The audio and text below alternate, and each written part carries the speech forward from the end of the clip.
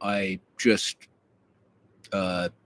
figured out how to get this together. I'm gonna just was thinking about doing an ongoing series of notes. Uh, the Chinese proverb "May you live in interesting times" uh, applies to all of us. So a lot of things going on, and so part of me was just like, do a live cast, uh, and so gonna do that uh, today. The first one would be some expository information. Um, kind of set it up for any future ones. Um, so I was born and raised here in Southern California, and currently on the coast of California. You can see the ocean in the background. It's a little bit of a hazy day. A little bit. There's still some clouds moving through from uh, the recent storm. Um, so so uh,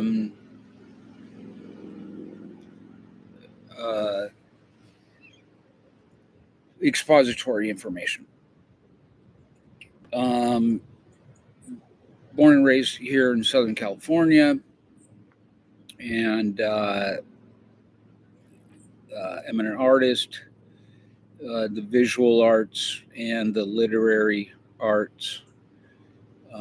60 years old, uh, born on January 10th, 1965. And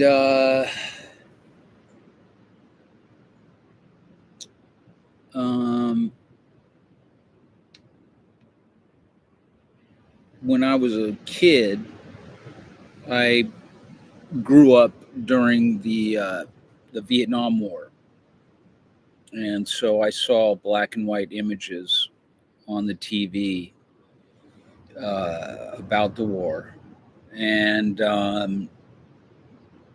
I don't know if I saw it on TV or I saw a photo of it right around that time, but it's a well-known photo titled "Napalm Girl," and this is the photo of the young woman who is, you know, walking down the street having just been hit by napalm. And at that time, I was, 6 or 7, and may have been 5. I'll have to look at the date. But anyways, when that stands out in my mind, and at the time, I thought, wait, how is this happening? How we're all civilized people? How are we having heinous aspects of war still occurring here on planet Earth? And so I said to myself, I said, well, you're too young to know what's what the score is. So you're just going to have to get older and see what you can do to make things better, make things way better. And so I,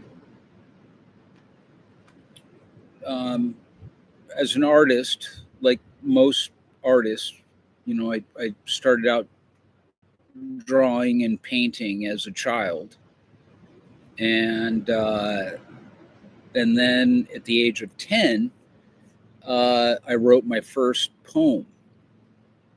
And so I kind of went, "Oh my God, dude, you're a poet." And so I pursued the literary arts for many years, and but in the background, all the while doing staying with visual art.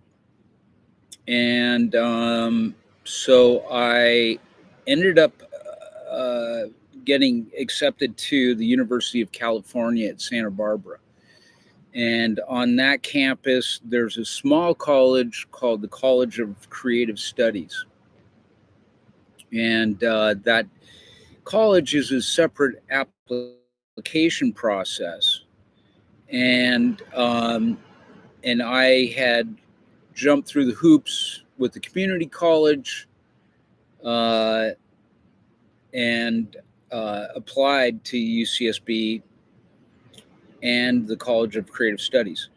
And UCSB said, he's a surf dude. His grades aren't good enough for us, but because it was a separate application process to the College of Creative Studies, and I turned in some poetry and prose, they told the administration, no, this guy's got talent. And that's what they called it. Their application process was evidence of talent. So they said, this guy's got talent. We want him in here, put him on academic probation. So that happened. I got in. I did well. I learned a lot, had a lot of great experiences, and ended up getting a bachelor's degree in creative studies. And so,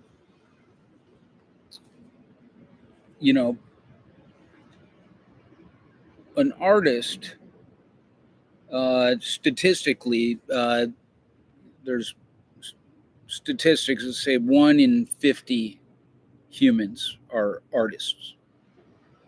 And so an artist, either has natural talent, they can draw a hand and make it come to life on the page.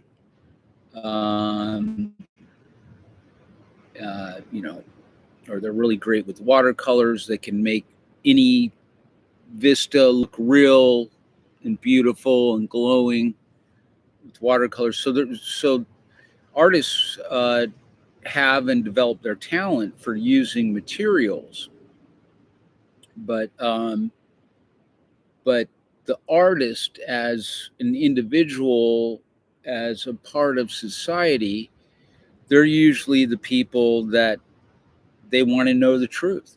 They want to know what is the latest aspect of the objective truth. And that's because if you know what's going on, the latest stuff that's going on in whatever genre, whatever field, whatever milieu, that if you know the most truth there is to know at that point in history, you're gonna do a lot better as far as creating great art. And so I was always that one of those people, just always on fire for the truth. What is it? What's the objective truth? Oh yeah, this is subjective truth, but what's the objective truth? What's true for all humans? Knowing that stuff as a poet, that's how you can write the best poem. And that's actually the function of the poet, is to catalyze the latest truth and say something that resonates, say something that's poignant, say something that raises consciousness. So I've always been that type of guy. And also the artist wants to make the world a better place. I think it was Joni Mitchell who said, if you're alive today and you're not upset with the status quo, you're not really an artist. And so there are artisans, people that have talent and can make something beautiful, and then there are artists, people that are talented, can make something beautiful, but they're obsessed with the truth. And so I don't want this to go on too long. I'm going to do some other ones, but this is the property here. It's a patio. It's the ocean right there. That's a dragon tree. It's known as a dragon tree. And when the house burned down here some years ago, half the tree got burnt, but the other half is still alive. Uh, and so what else? What else would I like to say here? Well, I'll just say that I'll do another one with some expository information about the political science. That's another aspect about me that that may be relevant. But I was just compelled by recent events to begin doing a podcast. I won't always be without a shirt on. If that offends anyone, I'm sorry. I'm just going to be me. In fact, here's something you could see about me. Is you can see here I got a mark on my head.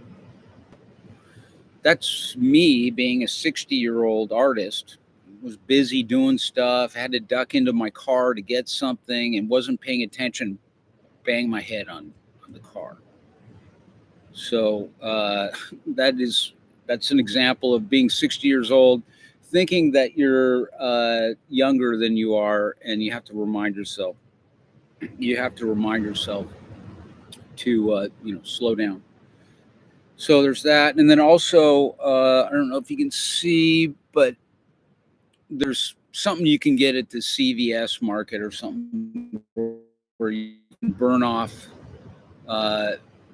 things that grow. That if something grows, a skin tag or a wart or something.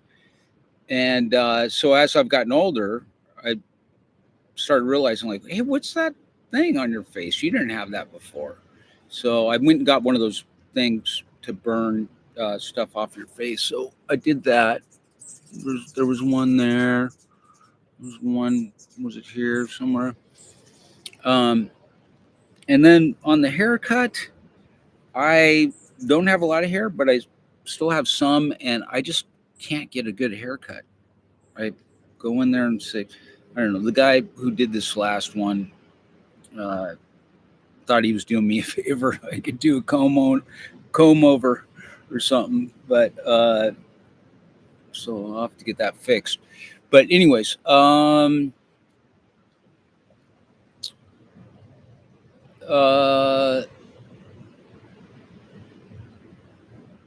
so yeah, so I'll do some more expository stuff, and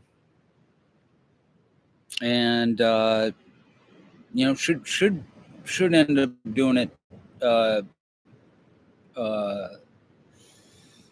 Hopefully every other day or once a day, maybe sometimes, because things might start to get really incredible for us all based on all the elements that are at play. And if anything, if anyone does watch this or see it, or if it's just my own way of coping with the injustice in the world, I just want you to see me as a 60-year-old California artist, and someone who hasn't given up hope that humanity doesn't have to exist the way it currently is. That we all know we can do way better for ourselves as a species, as a civilization, and hopefully in the next months, we'll get some kind of pivot away from where we're headed to something better. So, thanks for watching, and I'll do another one. Hope you have a great day.